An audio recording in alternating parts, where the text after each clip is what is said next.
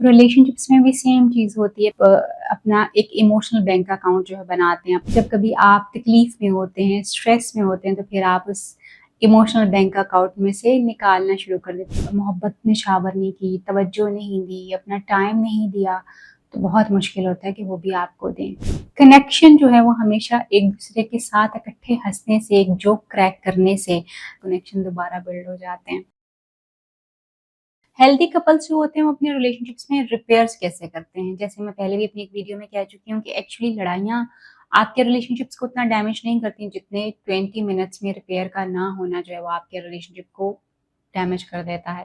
क्योंकि उसके बाद फिर वो लड़ाई आज की नहीं बल्कि पिछले बहुत सारे सालों की लड़ाई में जो कन्वर्ट हो जाती है।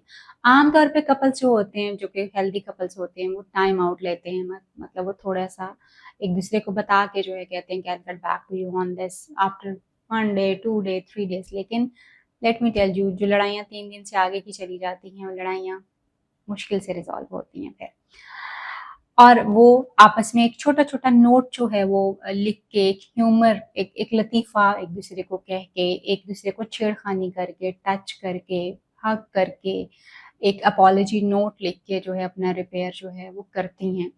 और आम तौर पे ये कहा जाता है कि जब आप लोगों से जो है कुछ डिमांड कर रहे होते हैं, तो पहले आपको वो चीज़ें बोना पड़ती हैं। यानी इसको हम कहते हैं कि आपको, जिस तरह हम अपना बैंक अकाउंट्स बनाते हैं, बैंक में हम पहले पैसे रखते हैं, डालते रहते हैं, जमा करवाते हैं और फिर जब हमें ज़रूरत पड़ती है तो हम उसमें से निकालते हैं।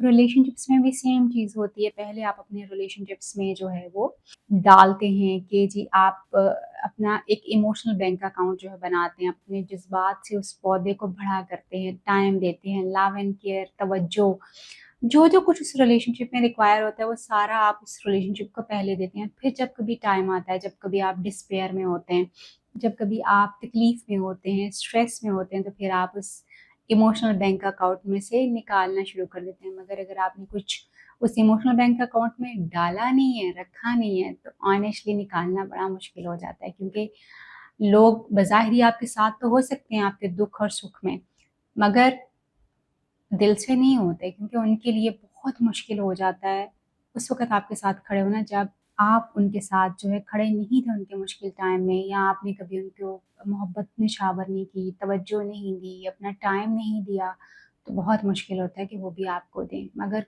कुछ लोगों का ज़र्फ़ बहुत आला होता है, वो फिर भी आपको अपना टाइम जो है वो दे रहे होते हैं। सो विथड्रॉ करने से पहले, लोगों की तवज्जो, प्यार और मोहब्बत माँगने से पहले ये दें। ये देंगे तो फिर आपको वापस जो है वो मिलेगा। और आप ना इमोशनल बैंक अकाउंट ज़रूर बनाएँ ताकि जब भी आपको ज़रूरत पड़े आप उसमें से विथड्रॉ कर सकें। हमेशा जो है कनेक्शन जो है वो हमेशा एक-दूसरे के साथ इकट्ठे हँसने से, एक जोक क्रैक करने से, कोई एक टच कर लेने से, कोई एक क्वेश्चन कर लेने से, छोटी-छोटी चीज़ें पूछ लेने से जो है कनेक्शन दोबारा बिल्ड हो जाते हैं। मगर जब हम इनको अपनी ईगो का मसला बना लेते हैं, तो ये रिलेशनशिप्स जो हैं वो अपनी मौत मरना शुरू हो जाते हैं। डिसीजन आपका है कि आपने एक छोटा स्टेप लेना है, या फिर आपने अपने रिलेशनशिप को जो है वो अ, नफ़रतों की नज़र, क्रिटिसिज़्म की नज़र, रिज़ेंटमेंट्स की नज़र जो है वो करना है। 4 चीज़ें सबसे ज़्यादा इम्पोर्टेंट है। एक तो अपना लव मैप जो है वो बनाने की कोशिश कीजिए। अपने पार्टनर को ज़्यादा से ज़्यादा अच्छे से अच्छे अंडरस्टैंड करने की कोशिश करें। उसके साथ-साथ जो है जल्दी से जल्दी जो है अपना इमोशनल कनेक्शन जो है अपने पार्टनर के साथ, जितना ज़्यादा आपका इमोशनल कनेक्शन स्ट्रॉन्ग होगा, आप उतने ही ज़्यादा बेहतर और अच्छे रिलेशनशिप को एन्जॉय करेंगे। और अपने इमोशनल कनेक्शन को बनाने की कोशिश कीजिए। अपनी कम्युनिकेशन जो है उसको बेहतर करें। अगर वो आपकी कम्युनिकेशन बेहतर नहीं है, तो कम्युनिकेशन स्किल्स, पार्टनर के साथ बातचीत करने की कम्युनिकेशन स्किल्स जो हैं वो सीखिए।